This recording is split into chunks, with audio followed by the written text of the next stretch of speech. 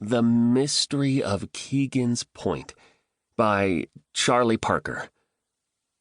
Charlie's mouth was dry as he stared at the words on the page. He didn't even notice when his friend Toby sat down next to him on the bus. The Mystery of Keegan's Point by Charlie Parker. So you gonna wow them in your presentation with that one line over and over again? Or you gonna maybe read the next one? Bill said. What?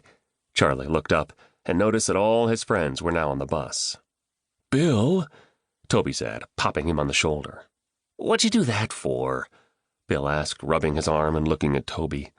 You just got here, but I've been listening to that line for the last 5 minutes.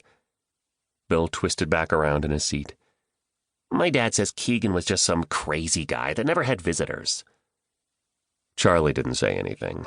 Arguing with Bill would get him nowhere. He just looked out the window of the bus. He couldn't see Keegan's Point from here, but Charlie knew the island was only a few hundred yards from the shore. So, Toby said as he pulled the report out of Charlie's hand, what's in this thing anyway? He started flipping through it. My dad says Keegan was a thief. Charlie grabbed for his report, but Toby held it out of reach. There's no real proof of that. He was just eccentric. What about the passports? Toby argued. They found 20 different ones with his picture on it. How do you explain that? Charlie couldn't explain it. No one could.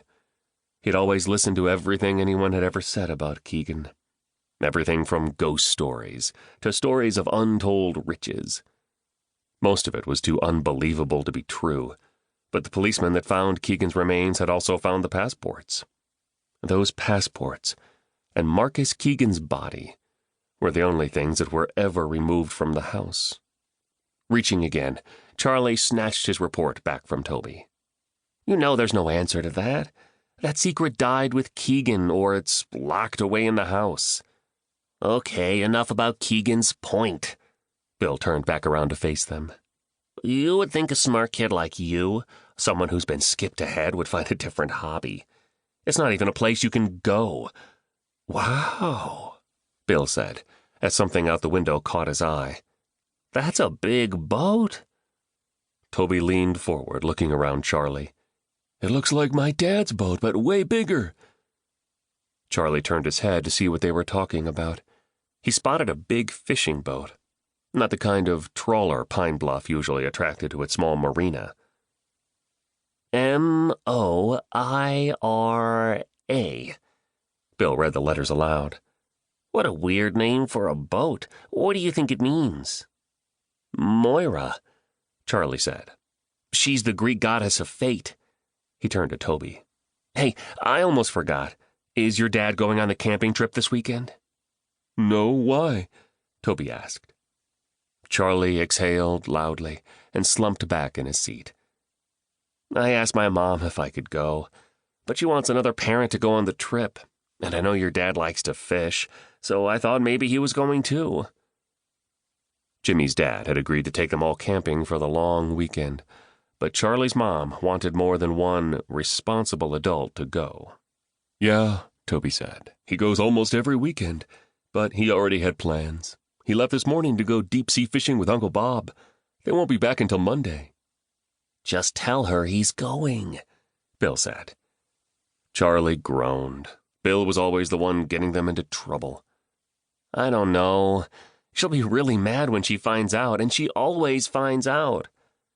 Just tell her he's going fishing too. It's not a lie, Toby said, as if this made complete sense. How is she going to find out anyway? He's already left. I'll think about it, Charlie said. But secretly he was hoping his mother would say yes to the trip, without asking about Toby's dad. He didn't make a habit of lying to his mom. As the bus pulled up to the school, Charlie could see his friend Jimmy waiting for them in the quad. The guys were all talking about the weekend trip, but Charlie ignored them. The presentation in fourth period was all he could think about. He and his friends hung around outside until the bell rang to start first period, which was also the start of the longest 3.5 hours of Charlie's life.